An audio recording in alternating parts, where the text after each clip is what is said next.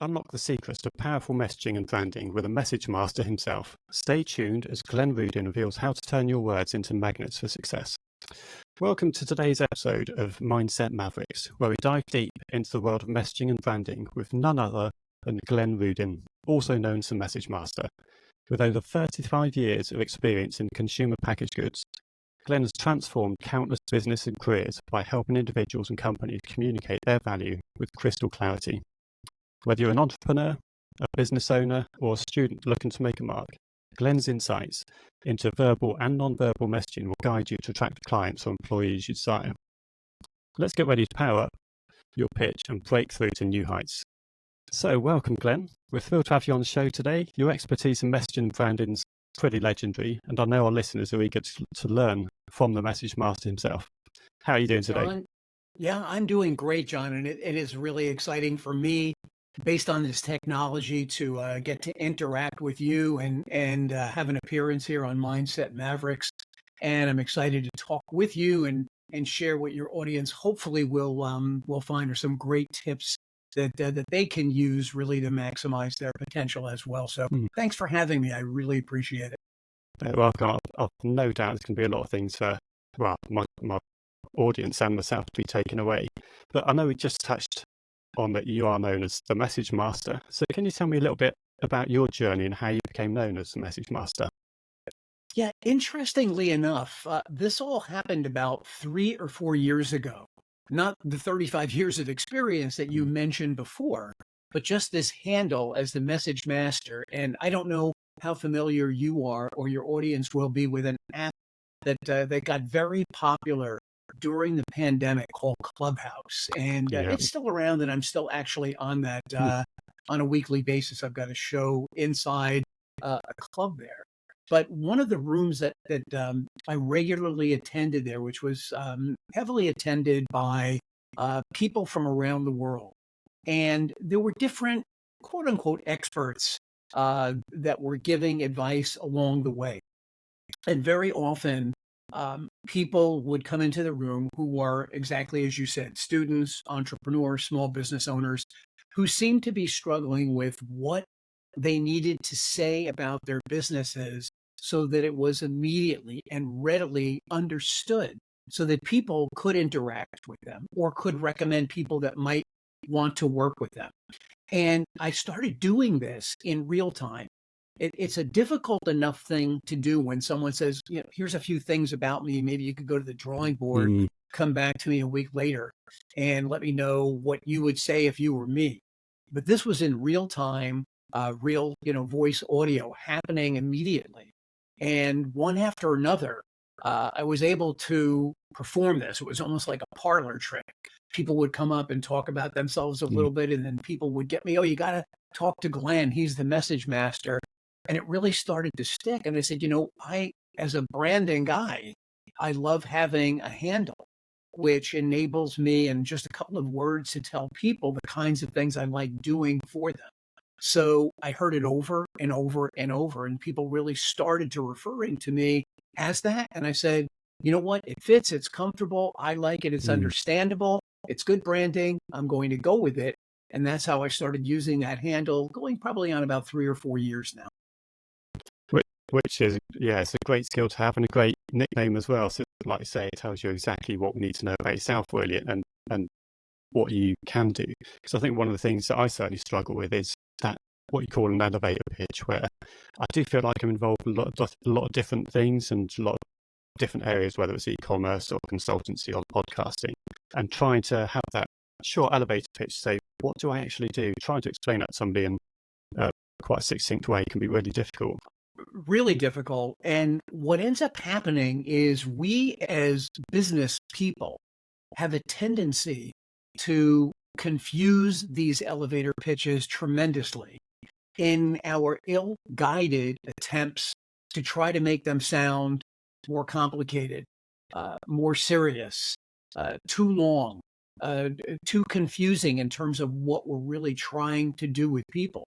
And so one of the things that I try to explain all the time to people is that, listen, here's the number one thing you need to take away from an elevator pitch. You're not selling anybody anything.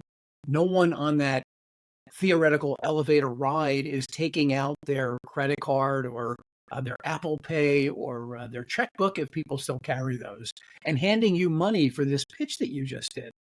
The real idea is that during that ride, you want to say something, John, that is interesting enough so that that person doesn't want to run off the elevator. They either want to keep riding with you or get off the elevator with you and say, what you just said on that ride in those 30 seconds was really interesting or really compelling or something that really affects me. And I'd like to hear more about what you do to fix that, to make it better, to interact with that. And that's really the key that most people miss. We put all this pressure on ourselves thinking, hey, if I say the right thing right now, John's going to hire me as his coach, or John's going to buy my product line, or John's going to come to my Airbnb, or John's going to buy my cure. And that's not what we're looking for in that pitch. So that's the number one thing that people just don't seem to understand. And that's one of the things I love enlightening them about. It's not about selling, it's about engagement. Yeah, and I think one of the words in particular used there was about a compelling message.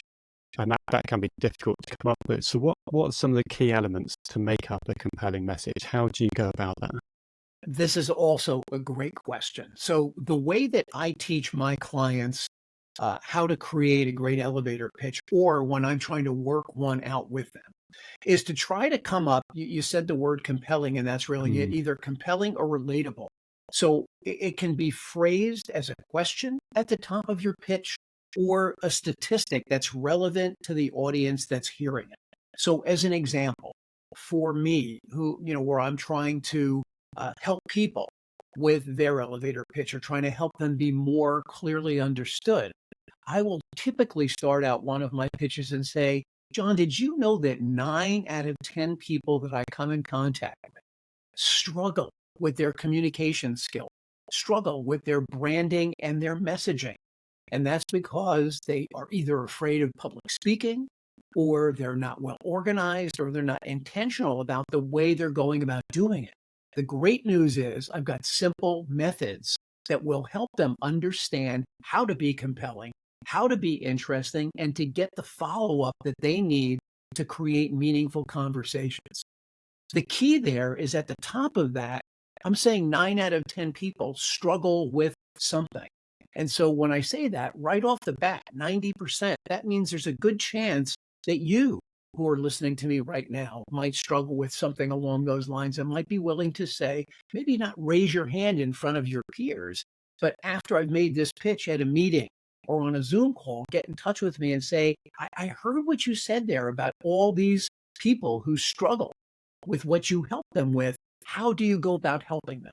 And that's really what we're looking for. So by using a statistic or a question, let's say in your case, you're trying to get people more involved in wanting to be here as a part of Mindset Mavericks, and you would come on and say, so many people in the world think that they want to be podcast hosts, and they think that it's really difficult to do.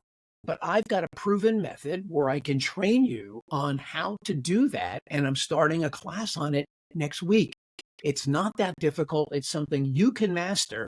And then we throw your name and your contact information in at the end. In other words, we're trying to put something out there that we know some portion, hopefully a big portion of the audience that's listening is really interested in knowing more about. If you relate this to, if you're in the training space as a personal trainer, people, 90%, 80% of people quit their exercise programs within the first 2 weeks. And it's a terrible shame because they're not properly coached on how to start when they haven't even really ever been in an exercise program to start with. So these are things that get people who are in the audience who might be considering something like that more or less introduced to the concept by somebody who's an expert in the field who potentially can help them. But yes, it is really interesting. I think one of the things you're talking about is making sure it resonates with a person. I think too often we do see companies putting a message out and making it too much about themselves as a company and not I'm not the person they're trying to speak to. So yeah, it's definitely something that resonates with me as well. Just trying to make sure you do make that person you're trying to speak to at the center of the conversation rather than making it about the business itself, which is where I feel like a lot of companies do fall down. Right, right. And think about it this way too. This is one of the keys that I always try to share with everybody. Not everybody who's hearing your elevator pitch is necessarily your client or customer. But I guarantee you that within their network, at least one person, if not multiple people, are people that would be interested in what you're saying. And that's why it's so important to be clear on the value that you provide and how you address a particular situation that's pervasive in the marketplace, so that maybe you, John, are not interested in help with your branding, messaging, elevator pitching, but there's a really good chance that you've got a friend, a business associate, somebody else that you've worked with, that you've had on your podcast who would be. And so now you've heard my pitch and say, wow, like, I don't really need this, but so-and-so could really use this. And I'd love to introduce them to Glenn. So that's a key. Not everyone sitting there is necessarily a customer, but we want to make this relatable enough so that they can understand what it is you do and why somebody they know, if not themselves, might be interested. Yeah, we're talking about why it's important, and it might seem quite obvious why it's important to get effective messaging out for businesses or individuals, but why is it so important to get that effective message out? And what are the pitfalls if you don't do it in the right way? The thing is, and it's a great question also, you're great at doing this. These are all really compelling questions, really great ones. We, in our world today, and you and I were talking in the virtual back room for a couple of minutes about how many different things are going on. So we both know, and everybody listening knows, we're really distracted between email, social media, personal commitments, all these different things going on. We are besieged all day long with messaging, with messages, with commercials, with opportunities, and with offers.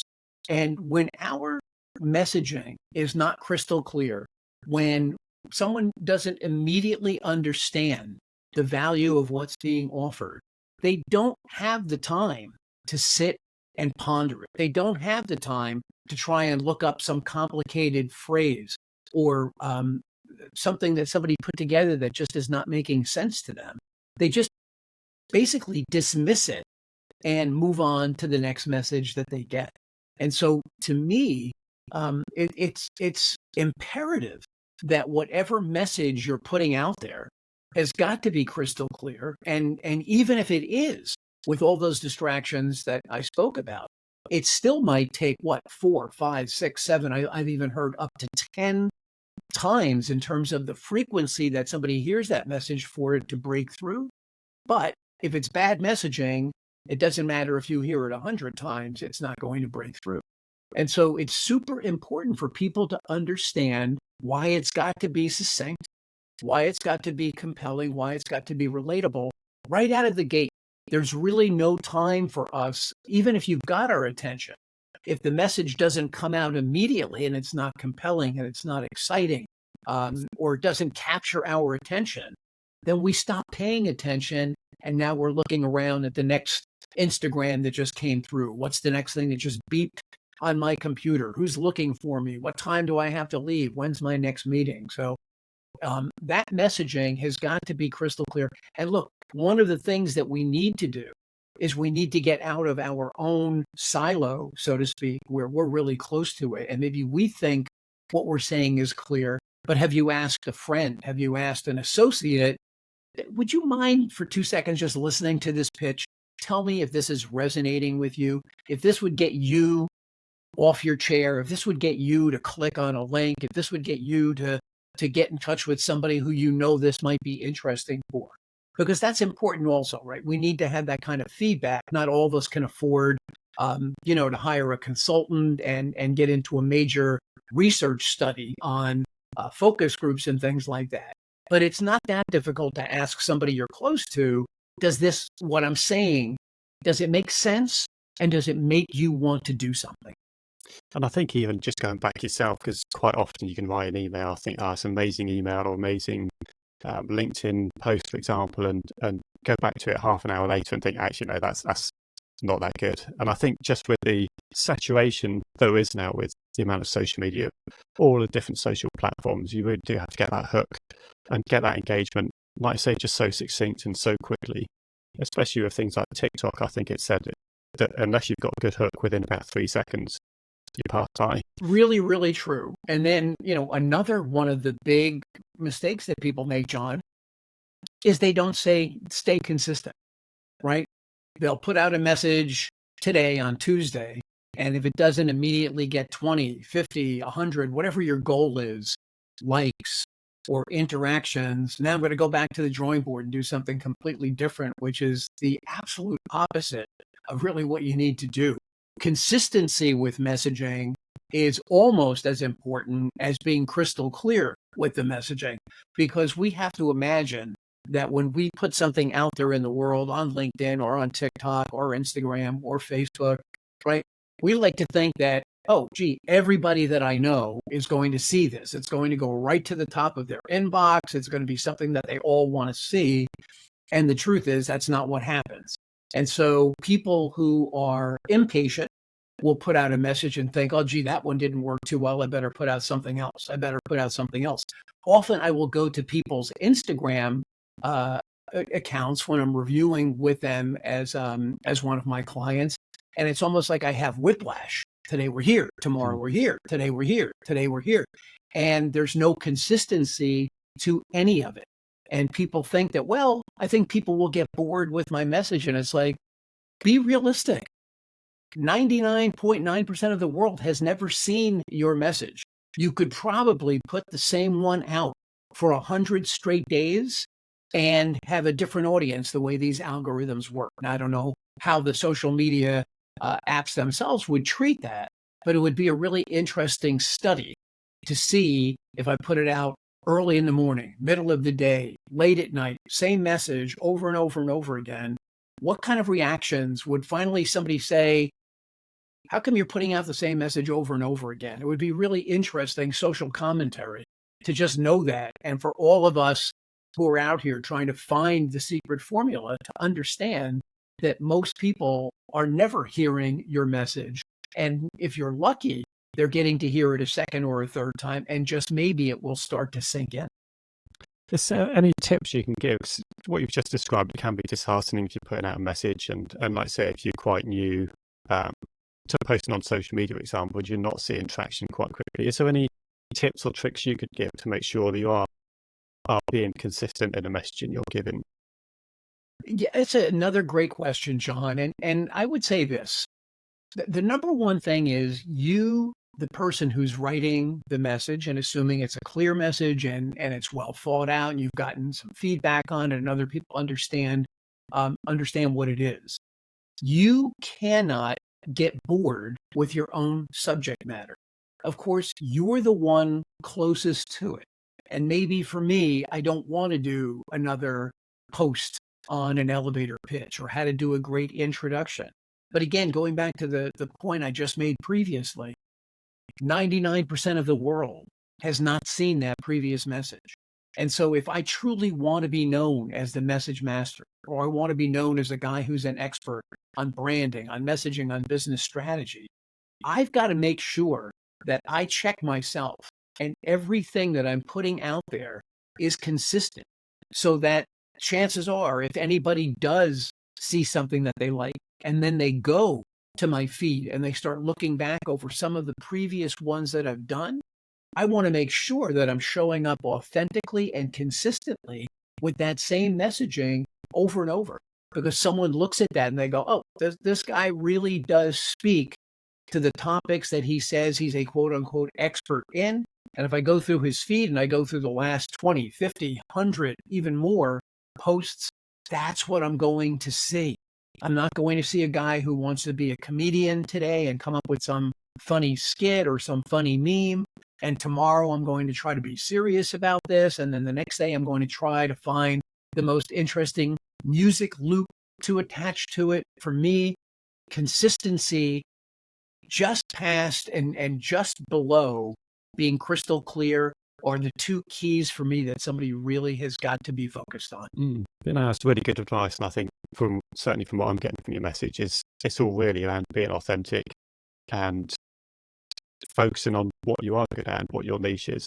Just staying, I wouldn't say in your lane, but recognizing where you want your messaging to be and staying authentic to what you're putting out. I've definitely been guilty of jumping around a bit and, like you say, trying and see what the trends are and not really staying true to yourself, which I think is really what you're saying with your messaging.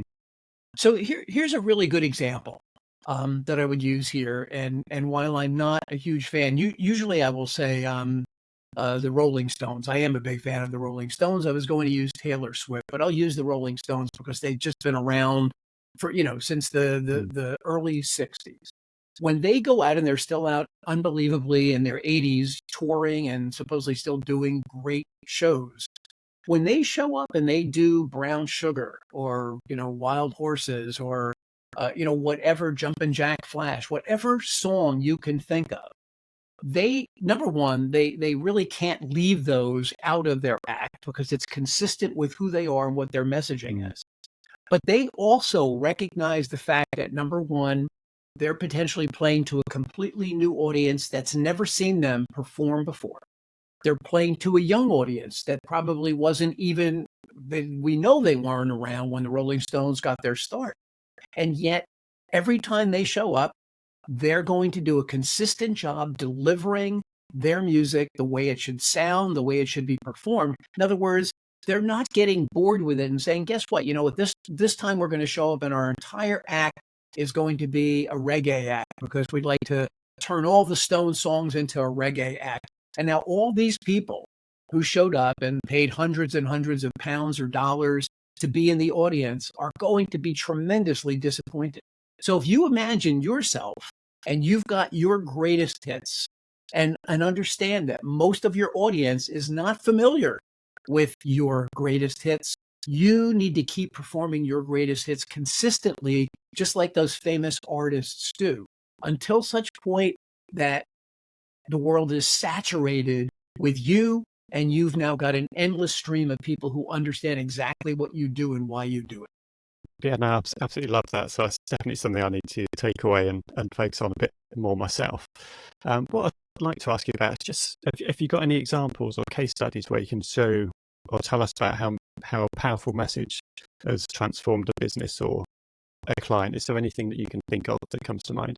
Well, interestingly enough, one of my clients that came to me was somebody who was really, she had been in corporate sales, pharmaceutical sales for a long, long time, but her dream really was to open up her own private chef business, and she's in the Northwest in the United States, in the Seattle area. And so the first thing that I was able to come up with for her was this great name and URL that was available called Your Gourmet Chef, which we were both scratching our heads and saying, how in the world was that not available? And it just completely lent itself to exactly the business that she wanted to go into, which was the idea of cooking Michelin star meals inside clients' homes. So instead of going out for an expensive gourmet meal, she comes to your house, she prepares, brings the ingredients based on the menu that you choose, and she prepares, fresh, delicious, 5-star meals right in your own home. So we were able, number one, to just create this handle, Your Gourmet Chef. And the idea was, again, from a messaging standpoint, you don't have to spend all this time and energy trying to get a reservation in some expensive place where you might not be happy with the table or the location. Let me come into your home and create that experience in your own kitchen for you and your guests. What a great experience for you to have, and what an unforgettable experience for you and your guests to go through. And this was a great example for her, and she's become quite successful at doing this up in her area. And the challenge there for her was breaking through to customers that really didn't have wallet considerations for what they were going to spend on food. They were going to go out and spend $1,000 on a meal for 4 people in a gourmet restaurant up in Seattle in the States, which is a real foodie city. Mm. And she now is able to compete with those restaurants with a great message, and it's been very successful for her. Yeah, that sounds like a fantastic idea. I'd love the idea of that. And like I say, being able to have such a wonderful meal in your own home, great quality, unique experience, something which is a little bit different. So no, I think it's a great example you've used. And just talking about messaging and ways of delivering messaging, how important is nonverbal communication in delivering messages?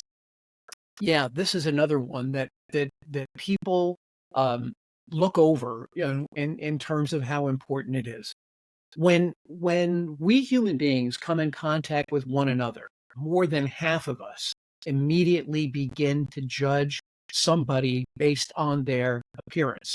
And when I say based on their appearance, so it's not just your attire or you dressed appropriately for the business that you work on, but it's also your body language, your positivity, the energy that you're giving off. In other words, if we look at it on a scale of 100 and we start assigning, we take 5 categories and we say, are you dressed appropriately? What does your posture look like? When you come into the room, do you have great energy? Do you seem like somebody who is confident and prepared? And we look at the spectrum of all those different things. With each one, and I forgot to say it, are we dressed appropriately for the appearance that we're making? For any of the ones that I named that are less than 20 points, so that now instead of at 100, you're now at 75 or at 65 or 60, you are dramatically decreasing your chances of breaking through with the person who you are meeting with. And that's because your nonverbals are super important, because people want to do business with people who are confident, who are projecting a winner, who seem like somebody that is positive in their field and knows what they're doing. And so we can't arrive late, and we can't arrive dressed inappropriately and make all kinds of excuses for why this has gone wrong or that's gone wrong. And when we finally do get a chance to speak, we need to be ready. We need to be leaning into the conversation, making eye contact. And when any of those things are missing, we as human beings, we detect weakness, we sense weakness, and we typically start to shy away from somebody who is not projecting that kind of confidence. In other words, people want to be around winners and people who have winning, confident attitudes. And so I try to tell this to the students that I get to work with, right? There's an entire hallway of students that are going to be interviewing for this internship or for this job. And the moment the door opens and you walk into the door and sit down, you're already telling us a whole lot about you. Are you having a bad day and letting that creep into what you're doing here? Are you not really feeling confident? Is this not really a position that you want? Or are you ill prepared for the interview you're about to go into? Well, the same could be said for business meetings, right? You finally got that potential client who's going to be sitting on the other side of the table, and you're going to want them to agree to some kind of exchange for, goods and services, for money on their part. And now you don't project confidence. And that's what they want from you. They want to know that you've got the solution, that you are the right coach, or you've got the right business, or you've got the right real estate for them. And when you don't project that confidence, they start thinking in their heads, maybe this isn't the right person after all, because they don't really seem so sure about what they're saying themselves. And usually the number one thing that causes all that is lack of preparation. You didn't put enough time into it ahead of time. Now you're showing up and you're kind of pretending a bit, and you're not as authentic as we need you to be if we're actually thinking about handing you money or making a commitment to you. So that confidence that you ask about is super important. It's really a two-part question I'm going to go on to ask you, and it's around some quick tips for communication. But I was wondering your thoughts on, is there things you'll do differently in person than doing a meeting online, for example, for the first time? So obviously a lot of the world now has moved to online meetings. Podcast, for example, like right now it's doing remotely. How would you differentiate what you do to bolster that initial communication? Right. So if we take the virtual first, one of the things that we must understand is that the camera that you use, whether it's built into your computer or it's like mine, I've got a separate one that's sitting here on top of my monitor. And anybody who's seeing um, this podcast will notice that I'm spending 90% of it looking at my camera as if I'm looking at you. That's number one. The camera really drinks up your eye contact, just like a person would in person. And if I'm now staring around the room and I seem like I'm searching for answers or I'm looking down for notes and things like that, it shows a lack of preparation in terms of what I'm doing. It takes some getting used to stare at a camera and talk to it like it's a person, but it is a discipline that is an absolute must in virtual meetings. Second one that's super important, you have got to be well lit. So many times I will see on group Zoom calls or even one-on-one Zoom calls, people look like they're coming to me from some secret bunker, high in the mountains where, they're waiting for the world to potentially come to an end. We need you to come out of that darkness. We need to see your face as much as we possibly can and be able to look into your eyes. So your lighting, which needs to be in front of you so that your face is illuminated and we can actually see who we're speaking to, is super important, as well as your framing. And then the last piece of this that I'll mention is when you're doing a virtual meeting, John, you are bringing your entire background with you. Now here, I'm talking to you in front of a green screen. Normally in a Zoom environment, I've got a really nice backdrop or a solid color that I'm coming to you from. But again, very often I will see people in odd places, in basements, sitting at desks with half a window behind them. And so the light is shining from behind them, and now they appear to be in shadow. Or we can see the mess behind them in their office. And I understand not everybody is a total neat person that's going to have everything arranged behind you. And so if you don't have the ability, because of your technology, to have a virtual background, you've got to be very careful about what you're projecting behind you. So those are really, really important things to keep in mind when you're doing it in the virtual space. When you're doing it in the live space, of course, the number one thing you need to do is make sure you're on time, make sure you're dressed appropriately, and that you've gotten to the agreed upon place you're going to be meeting early so that you can scout out a good seat where you and the person you're going to be meeting with will have an opportunity for a good, quiet conversation. And here, you just really want to be well prepared to be able to, again, make eye contact with someone, look them in the eye, and show them that you're confident enough in yourself that you believe you've got the right solution for them, and you want to project that confidence to them. And that's true whether we're talking on camera or whether we're talking face to face. Both have challenges that are unique to them, but both also present us with great opportunities.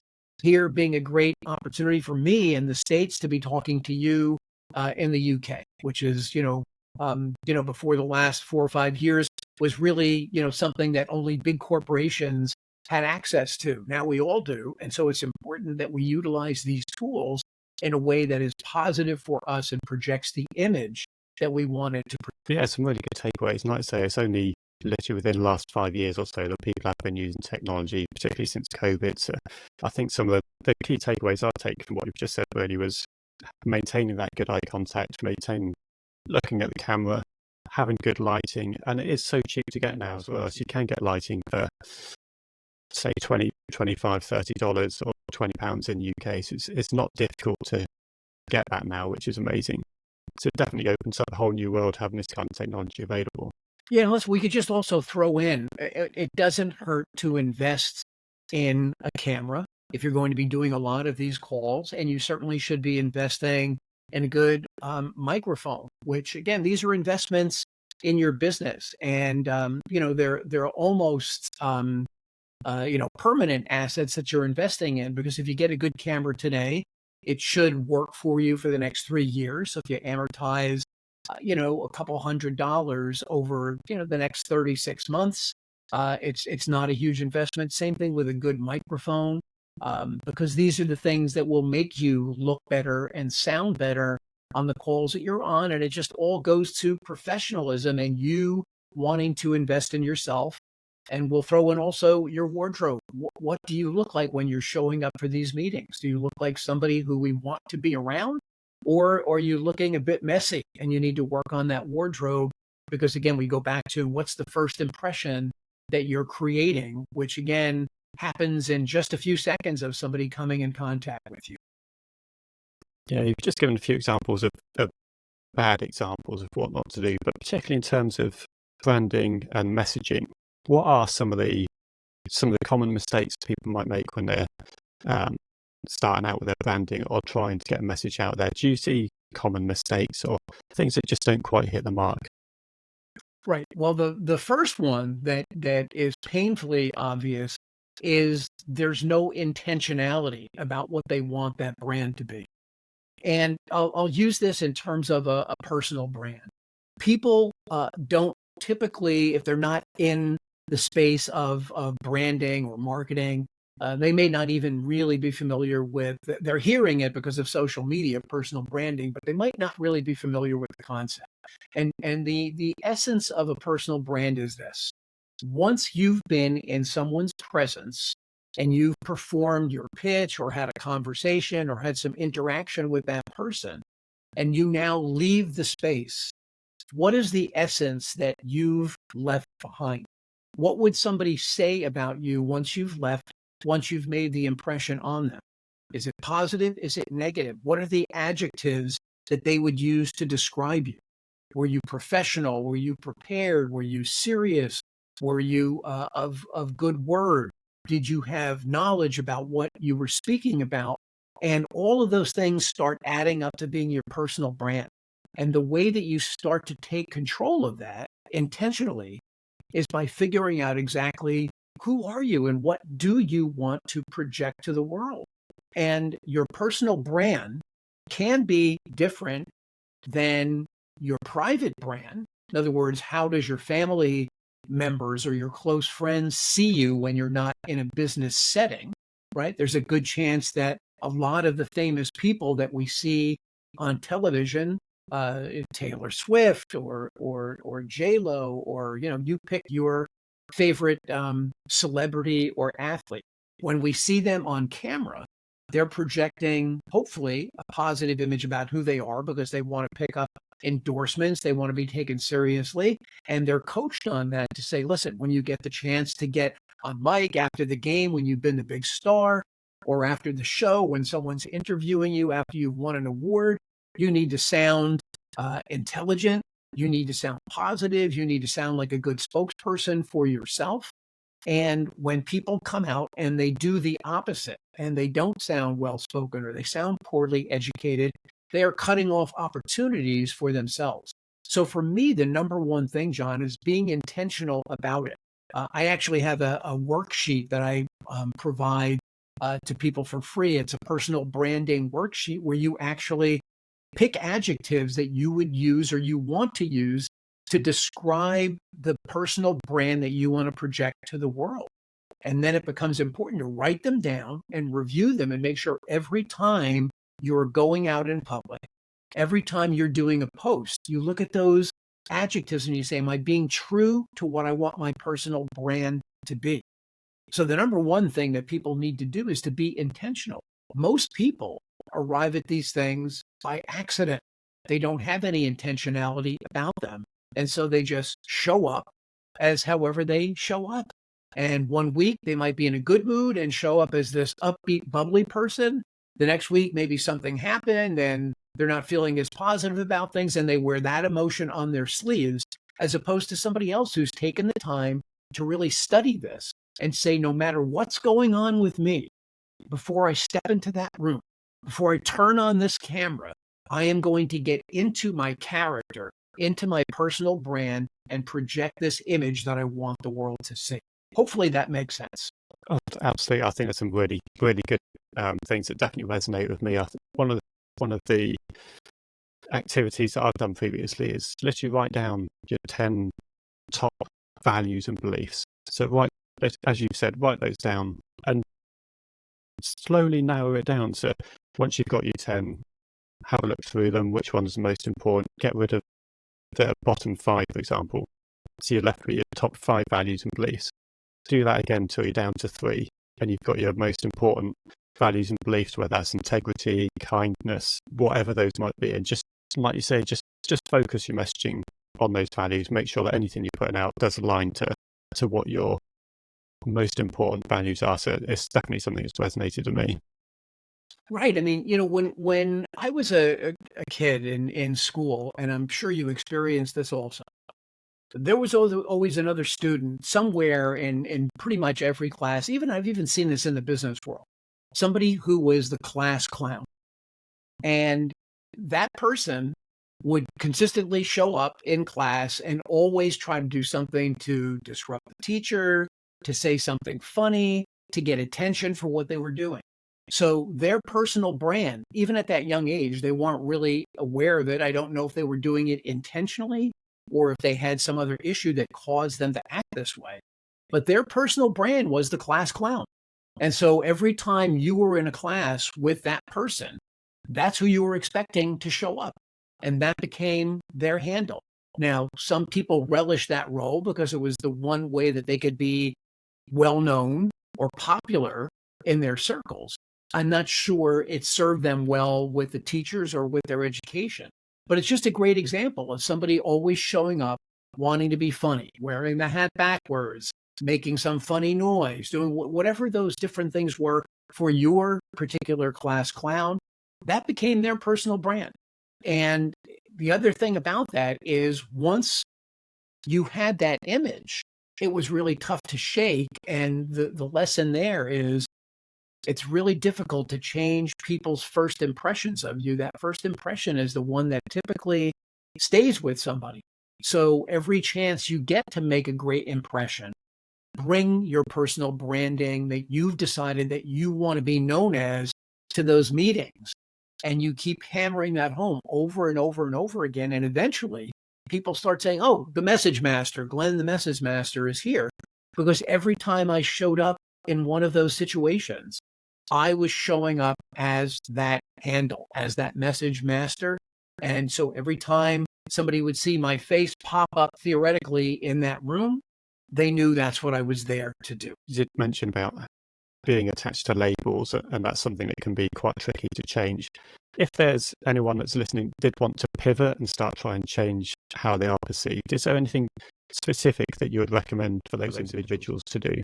So for those class clowns or somebody who's been seen a particular way for most of their life and they want to start changing how they're identified by other people, is there any particular tips you could give those people?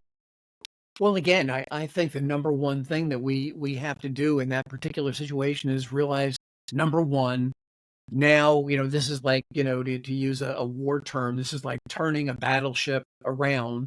I've already staked out this space for myself, and now I want to come at it as a completely different person. What you have to realize is it's going to take some time for the people who you are in contact with, if in fact you're dealing with the same group of people who know you in that way, to get used to the fact that you're no longer going to be Mr. or Miss Funny, that now you're showing up, you're being a bit mature, you understand that, there's different things that you want to accomplish. And so you're turning it around, so to speak. And so you just have to give it time, because probably the first half dozen times you show up, everyone's going to be on the edge of their seat waiting for you to be this person who they've always known as this person who is laughable or this person who doesn't want to be taken serious. And in a sense, now you're going to be letting them down because they've come to know you and take you in that role. Now they've got to retrain their minds and say, oh, wow, look at that. He or she is really turning it around. They're no longer going with that old handle. They found something new that they're going with. Hopefully those people can applaud you for recognizing that what you were doing wasn't working and you want to go in a new direction. But you've also got tough enough and have thick enough skin to get through the first half dozen times that somebody might say, hey, say something funny. Hey, say something funny because you no longer want to be known as that person. So you need to give people notice so that they're not completely shocked and say, listen, I know in the past I've always come to you and I've tried to be this funny person, but I'm going to take a different tack now going forward. And, here's a really interesting example of somebody that was doing that here that I was interacting with. There's an insurance company here called Aflac. I don't know if it's in the UK or other parts of the world, but they rely on it's an insurance company and they sell insurance for people who have gaps in their regular insurance. It's a fairly serious thing that somebody needs to address in their own personal life. But the company itself has decided that they, for the most part, want to take a humorous approach to it. A lot of the insurance companies here in the States do that. They do that to get attention. For me, I'm not sure it's really the best approach for them. But one of the people that worked for that company that used to come to some of the networking meetings I would go to, he decided that he was going to carry that humor into these meetings. And yet he was a guy who was trying to sell insurance policies, very serious stuff, to people. And I always thought it was a huge miss for him. But he would keep on doing it over and over again and wonder why nobody is coming to me for their insurance needs. And it's like, it's no wonder. They're coming to you because they might want to have a comedian at their next dinner party, but they're certainly not thinking of you as a guy that is going to be able to sell them a serious product like health insurance. So, just a clear example to give everybody an idea about that. And there's a guy who, again, if he now started showing up a bit more seriously, it would take him a half a dozen of these meetings if he started to turn it around to change his reputation, to change his handle and show people, guess what? I've gotten a little bit more serious about this now. And I really want to tell you the serious reasons why you need to be picking up this kind of insurance. That's actually a really empowering message, just hearing that it can happen firstly, and also that having that recognition that it can take a long time. And I think that's something you mentioned earlier as well about being consistent and just keep plugging away. So don't put one message out and change it the next week. It's just that consistency, knowing that it can take time, can actually be quite empowering. Talking of which, moving on to talking about power, one of the things that you do deliver, I know you do a keynote speech around power up your pitch. And just wanted to ask a little bit about that and what kind of things that people can come to you for, and what that keynote speech and some of the things that you do offer. What can you provide? Yeah, I appreciate that question too. I love being a keynote speaker or somebody who delivers workshops to individuals or companies or big meetings as well. And power up your pitch is the word power is an acronym that I created to highlight the different things that I think are so important when it comes to creating a great message for yourself. So powering up your pitch, the letters in power stand for, the P is about being professional in terms of the way you dress, the way you prepare for your meetings. And for some of the younger people, this is a word of advice. Be careful about the social media posts that you're putting out there now in school, because eventually somebody who's an employer is going to take a look at what you're putting out there. And you don't want to do anything that's potentially going to be fun for 5 minutes on your social media, but then be detrimental to your potentially getting hired by an employer that you really want to work for. So the P in power is professional.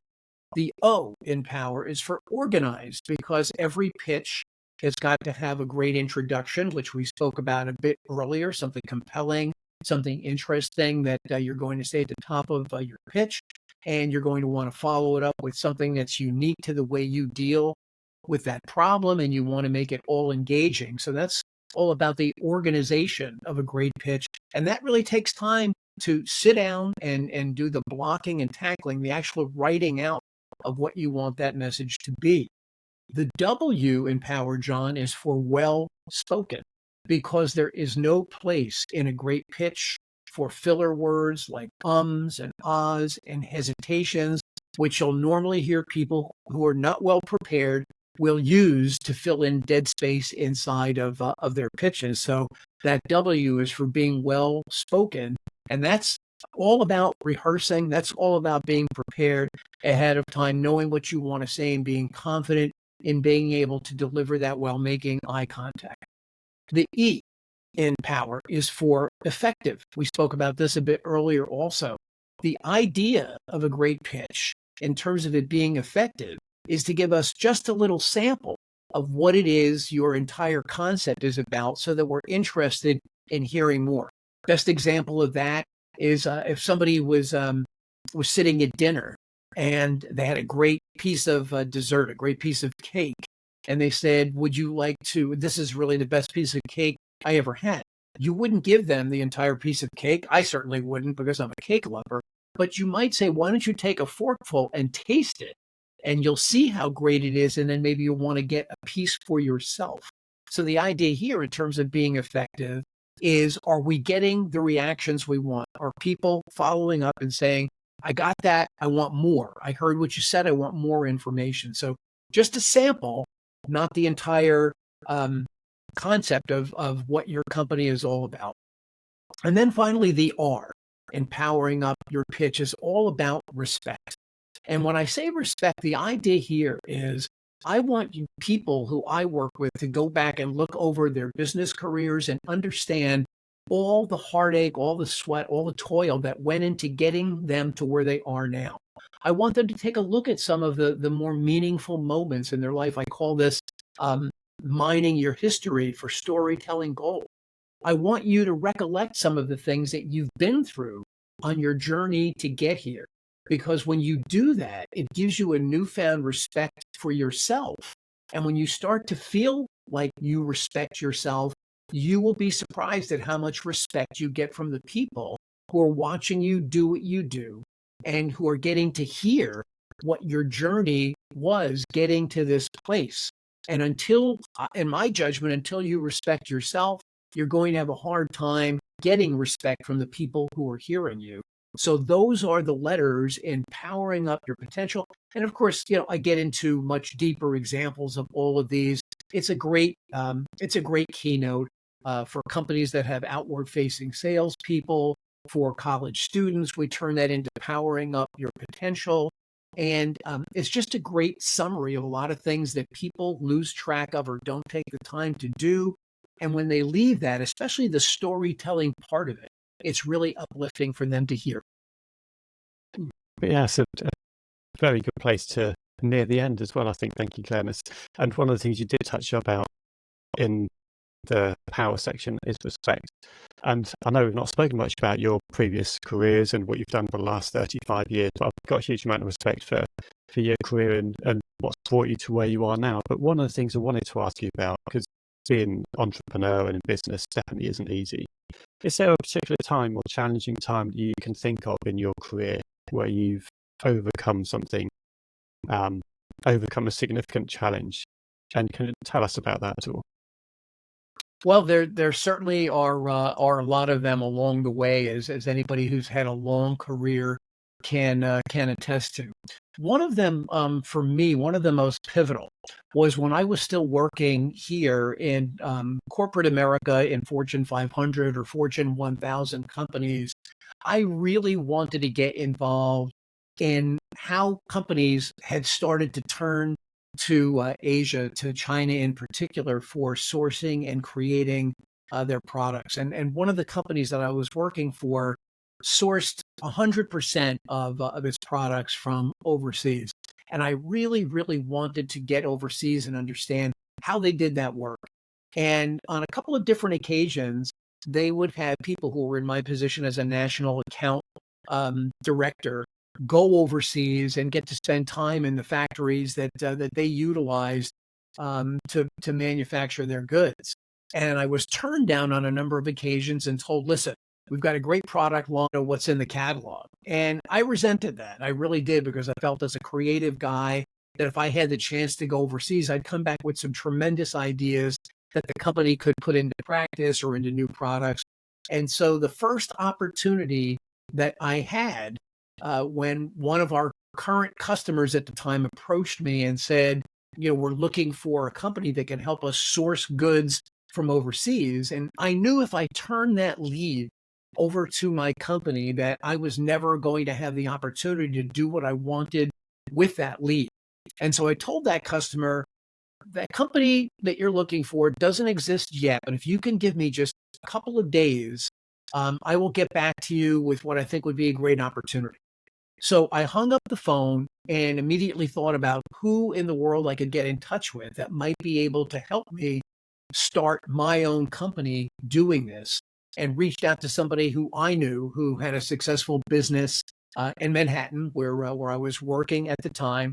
I went and pitched him on this opportunity, and he thought about it for a little bit, and he gave me about a 6-month window to prove my concept, which, long story short, ended up becoming a great success. And I was able to call that customer with that inquiry back the next week and say, that company that you were looking for that didn't exist last week, it started this week and it's here for you. And I'd love to come down and do a presentation for you and show you what it's all about.